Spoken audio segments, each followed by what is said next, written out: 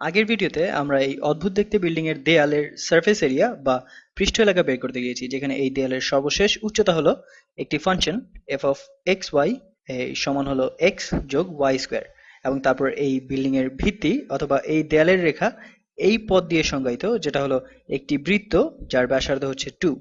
এবং তারপর আমরা এই নিচে ওয়াই অক্ষরেখা ধরে যাব, এবং তারপর আমরা বামে এক্স অক্ষরেখা ধরে যাব। তো এটা হলো আমাদের বিল্ডিং। তো আগের ভিডিওতে আমরা প্রথমে এই দেয়ালের সারফেস এরিয়া বা এর পৃষ্ঠ এলাকা বের করেছি, এবং আমরা এটা নিয়ে আসলে একটু চিন্তা করতে পারি। তো আমাদের আসল সমস্যা ছিল যে আমরা এই বন্ধ পথ ধরে এটার লাইন ইন্টিগ্রাল বা রৈখিক সমাকলন বের করতে চাই। তাহলে এটা ছিল আমাদের ক্লোজড লাইন ইন্টিগ্রাল বা বন্ধ পথের রৈখিক সমাকলন।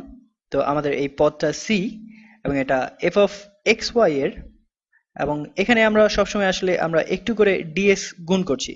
তা আমরা এটা যতটা সম্ভব তত সংক্ষেপে করছি। আর যখন আমরা এটা আসলে আমরা আগের ভিডিওতে দেখেছি যে সবচেয়ে সহজ হচ্ছে এটাকে কয়েকটা পথে ভাগ করা। তো এটা এই কয়েকটা সমস্যায় ভেঙে নেওয়া। তো যদিও আমি এই পুরো রেখাটা চিন্তা করতে পারো, কিন্তু এই পুরো পথটাকে, যেটাকে আমরা সি বলছি, তা আমরা এই অংশটাকে অর্থাৎ আগের ভিডিওতে এই সি 1 বলবো এটাকে, এটা বের করেছি। তো এবং এটাকে বলবো যে সি 2, আর এটাকে ধরি সি 3। তাহলে আমরা এটাকে এখন ভেঙে লিখতে পারি যে এই বদ্ধ রৈখিক সমাকলনটাকে এটাকে আমরা ভেঙে এভাবে লিখতে পারি যে রৈখিক সমাকলন সি 1 পথ ধরে এফ অফ এক্স এবং ওয়াই গুণ ডিএস যোগ রৈখিক সমাকলন সি 2 পথ ধরে এফ অফ এক্স এবং ওয়াই গুণ ডিএস যোগ, এবং এটা হয়তো তোমরা বুঝতে পারছো যে রৈখিক সমাকলন সি 3 পথ ধরে এফ অফ এক্স ওয়াই গুণ ডিএস। এখন আগের ভিডিওতে আমরা এই প্রথম অংশটা পর্যন্ত বের করতে পেরেছি। তো এই বাকি দেয়ালটা, এটার সারফেস এরিয়া আমাদের বের করতে হবে। তো আমরা এটা বের করেছিলাম যে 4 যোগ 2 পাই। এখন আমাদের এই বাকি দুটো অংশ বের করতে হবে। তো চলো আমরা এই সি 2 করি। তো আমরা এই লাইন ইন্টিগ্রালটা করি। তো এটা করতে হবে, এবং আমাদের আরেকটা এক্স ও ওয়াই এর প্যারামিটারাইজেশন বা পরিমাপক ব্যবস্থা নিতে হবে। তো এটা এই অংশ যা করেছি এটা থেকে আলাদা হবে। আমরা এখন এই বৃত্তে আর নাই, তো আমরা এখন এই ওয়াই অক্ষ ধরে আছি। তাহলে যতক্ষণ আমরা এখানে আছি এই এক্স অক্ষ অবশ্যই এটা 0 হবে। তাহলে আমার এই প্যারামিটারাইজেশন বা পরিমাপক ব্যবস্থা এটা হবে যে এক্স সমান 0, আর ওয়াই অক্ষ ধরে এটা হবে ওয়াই সমান, আমরা ধরি যে 2 বিয়োগ টি, এবং টি এর মান 0 থেকে বড় বা সমান, এবং 2 থেকে ছোট বা সমান। তো এটা আসলে কাজ করবে, কারণ টি এর মান যখন 0 হয় তখন আমরা এই বিন্দুতে আছি, এবং তারপর এটা ধীরে ধীরে বাড়তে থাকে। আমাদের y এর মানও সাথে সাথে কমতে থাকে, এবং তারপর যখন অবশেষে t এর মান 2 হয় তখন আমরা এই বিন্দুতে পৌঁছে যাই। তাহলে এখন আমরা এটার মান বের করতে পারি, এবং আমরা যদি চাই তাহলে আমরা এটার ডেরিভেটিভও বের করতে পারি। এটা আসলে খুব সহজ। তো প্রথমে dx ভাগ dt এটা সমান কি হবে, তো 0 এর ডেরিভেটিভ হলো 0, তো এটা হবে 0। এবং dy ভাগ dt, তো dy ভাগ dt এখানে y সমান হচ্ছে 2 বিয়োগ t। তাহলে এই বিয়োগ t, এটাকে ডিফারেন্সিয়েট করলে আমরা পাই যে -1, তাহলে dy ভাগ dt সমান হচ্ছে -1। তাহলে এখন এটার ইন্টিগ্রালটা কি হবে, তা আমি এটা ইন্টিগ্রালটা এখানে লিখে ফেলি যে এই ইন্টিগ্রাল বা রৈখিক সমাকলন, তো এই সি 2 এর জন্য, আচ্ছা আমি সি 2টা এখানে বাদ দেই, তো আমি এখানে শুধু টি এর মানটা লিখে ফেলি। তো এটা হবে 0 থেকে 2 পর্যন্ত।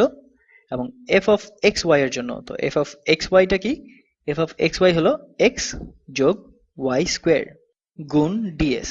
এবং আমরা আগের কয়েকটা ভিডিও থেকে জানি যে ডিএস এর মান কি হবে। তো ডিএস এর মান হবে স্কোয়ার রুট dx ভাগ dt স্কোয়ার, তো dx ভাগ dt হচ্ছে 0 অর্থাৎ 0 স্কোয়ার, যোগ dy ভাগ dt স্কোয়ার, তো dy ভাগ dt এটা হচ্ছে -1, তো এটাকে স্কোয়ার করলে হয় 1, তো যোগ 1, এবং তারপর এই পুরোটা গুণ dt। তো আমরা এখানে খুব খুব সহজ একটি সংখ্যা পেয়েছি। তো এটা আমরা এই স্কোয়ার রুটের ভিতরে 1 আছে, এবং এটাকে স্কোয়ার রুট করলে 1 থাকে। এবং আমাদের পরিমাপক ব্যবস্থা অনুযায়ী x এর মান হচ্ছে 0, তো এটা হবে 0, এবং যোগ y স্কোয়ার, এবং y এর মান হচ্ছে 2 বিয়োগ t, তো এটা হবে 2 বিয়োগ t স্কোয়ার। তাহলে এটা সমান আমরা লিখতে পারি যে প্রথমে সমাকলন বা ইন্টিগ্রাল t সমান 0 থেকে t সমান 2 পর্যন্ত, এবং তারপর x। তো x এর মান 0 থাকে, আমাদের এই রেখা বরাবর আমরা যেখানেই যাই না কেন এখানে x এর মান সবসময় 0 থাকে। এবং তারপর যোগ y স্কোয়ার, তো y এর মান হচ্ছে 2 বিয়োগ t, তো এখানে হবে 2 বিয়োগ t স্কোয়ার, এবং তারপর গুণ dt, তো এটা সবসময় থাকবে। এখন এটা এখানে যেটা আছে এটা আসলে খুবই সহজ একটি সমাকলন। এটা তুমি চাইলে আসলে মনে মনেও করতে পারো। তো কিন্তু আমি এটা এখানে ভেঙে লিখবো। তো এটা সমান আমরা লিখতে পারি যে সমাকলন t সমান 0 থেকে t সমান 2 পর্যন্ত, এবং এটাকে ভাঙলে কি হয়, এটা হয় 4 বিয়োগ 4t যোগ t স্কোয়ার এই পুরোটা গুণ dt। তো এটার জন্য এখন এইটার সমাকলন করাটাও আসলে অনেক সহজ। তো এটাকে আমরা এখানে করে ফেলি। তো এটা সমান হবে 4t বিয়োগ 2t স্কোয়ার, তাই না? কারণ এখানে এই 2t স্কোয়ারটাকে ডেরিভেটিভ বের করলে আমরা পাই যে 2 গুণ 2 4 গুণ t, এবং তারপর t স্কোয়ার এটাকে ইন্টিগ্রেট করলে আমরা পাই যে 1/3 গুণ t পাওয়ার 3। এটা খুবই সহজ একটি সমাকলন ছিল, এবং এখন আমাদের এর মান বের করতে হবে 0 এবং 2 তে। তো আমরা প্রথমে 2 এর জন্য এর মান বের করি। তো এখানে হবে 4 গুণ 2, এটা হবে 8, বিয়োগ 2 গুণ 2 স্কোয়ার, তো এটা হবে 8, যোগ 1/3 গুণ 2 পাওয়ার 3, তো 2 পাওয়ার 3 হচ্ছে 8। তাহলে এখানে আমাদের 8 বিয়োগ 8 এটা কাটাকাটি চলে যায়, এবং তারপর আমরা এটাকে এভাবে লিখতে পারি যে 1/3 গুণ 8, তো এটা সমান হচ্ছে 8/3। এবং তারপর আমাদের এই জিরোর জন্য এটার মান বের করতে হবে। তো আমরা এই বিয়োগ এই জিরোর মান, তো এখানে 4 গুণ 0 বিয়োগ 2 গুণ 0, তো এটা পুরোটাই আসলে 0 হবে। এবং এভাবে আমরা আমাদের এই দ্বিতীয় দেয়ালের মান পেয়ে গেলাম। তো এটা হলো 8/3। তাহলে আমাদের এই দ্বিতীয় দেয়ালের মান হচ্ছে 8/3। এখন আমরা তৃতীয় দেয়ালের মানটা বের করব, এবং এখানে আমি এই চিত্রটা এটা আবার চাচ্ছি। তো আমাদের এই প্যারামিটারাইজেশন বা পরিমাপক ব্যবস্থার জন্য এটা সাহায্য করবে। তো আমি এটা এখানে নিয়ে আসলাম। তো এখন আমাদের শুধু বাকি আছে এই তৃতীয় দেয়ালটা। তো এটার মান আমরা বের করি। প্রথমে এটা হবে ইন্টিগ্রাল। তুমি জানো যে এটা হচ্ছে, এই দেয়ালটি হচ্ছে C3।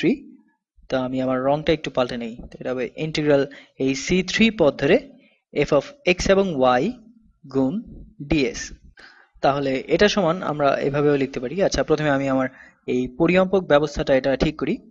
তো এই দেয়ালের জন্য আমরা বলতে পারি যে x সমান হচ্ছে t, এবং t এর মান 0 থেকে 2 পর্যন্ত, এবং y এর মান হচ্ছে y সমান হচ্ছে 0, কারণ এটা x অক্ষ। তো এটা সমান আমরা লিখতে পারি যে ইন্টিগ্রেশন t এর মান 0 থেকে t এর মান 2 পর্যন্ত, এবং তারপর f of x y, তো এটা আমি x আর y এর ভিত্তিতেই লিখবো। তো এটা হবে x যোগ y স্কোয়ার, এবং তারপর এইটা গুণ ds। তো তুমি জানো যে ds এর মান কি হয়। আচ্ছা, আমি এখানে ds লিখছি। এখন তাহলে ds মানে কি? তো ds সমান হচ্ছে স্কোয়ার রুট dx ভাগ dt স্কোয়ার যোগ dy ভাগ dt স্কোয়ার, এবং এই পুরোটা গুণ dt। এবং এটা কেন এমন হয় এটা আমরা প্রথমেই অনেকবার এটা অনেক ভালোভাবে প্রমাণ করেছি। তো আমি আশা করি তোমরা জানো যে এটা কেন এরকম হয়। dx ভাগ dt এটা হচ্ছে 1, এবং এটা স্কোয়ার এটাও হচ্ছে 1, যোগ dy ভাগ dt এটা হচ্ছে 0, এবং এটা স্কোয়ার করলেও থাকে 0। তাহলে এটা সমান আমরা পাচ্ছি যে স্কোয়ার রুট অফ 1 অর্থাৎ শুধু 1 গুণ dt, অর্থাৎ ds সমান হচ্ছে dt। তো এখানে আমরা dt লিখতে পারি। তো এই ক্ষেত্রে এখানে এই ds এর মান হচ্ছে dt, এবং x এর মান হচ্ছে t, এটা আমাদের এই পরিমাপক ব্যবস্থা অনুযায়ী, এবং তারপর y এর মান হচ্ছে 0। তো এটা কিছুই না। তাহলে এটা আসলে খুবই সহজ একটি ইন্টিগ্রাল হয়ে যায়। তো এটা সমান হয় ইন্টিগ্রাল 0 থেকে 2 পর্যন্ত t গুণ dt এর জন্য, এবং এটা সমান হচ্ছে t এর ইন্টিগ্রাল হলো 1/2 গুণ t স্কোয়ার, এবং আমরা এর মান বের করব 0 এবং 2 তে। তাহলে এটা সমান হচ্ছে প্রথমে 2 এর জন্য এটা হবে 1/2 গুণ 2 স্কোয়ার, এটা হচ্ছে 4, 4/2 এটা হচ্ছে 2, বিয়োগ 0 এর জন্য এটা হবে 0, তো বিয়োগ 0। তাহলে আমাদের এই তৃতীয় দেয়ালের ক্ষেত্রফল এটা খুবই সহজ। তো এটা সমান হচ্ছে 2। এবং তাহলে আমাদের যে প্রশ্নটা ছিল যে এই f of x y, তো এই ফাংশনটাকে যদি আমি ইন্টিগ্রাল বের করি তাহলে এই বদ্ধ পথ ধরে এটার মান কত হবে, অর্থাৎ এর ক্ষেত্রফল কত হবে।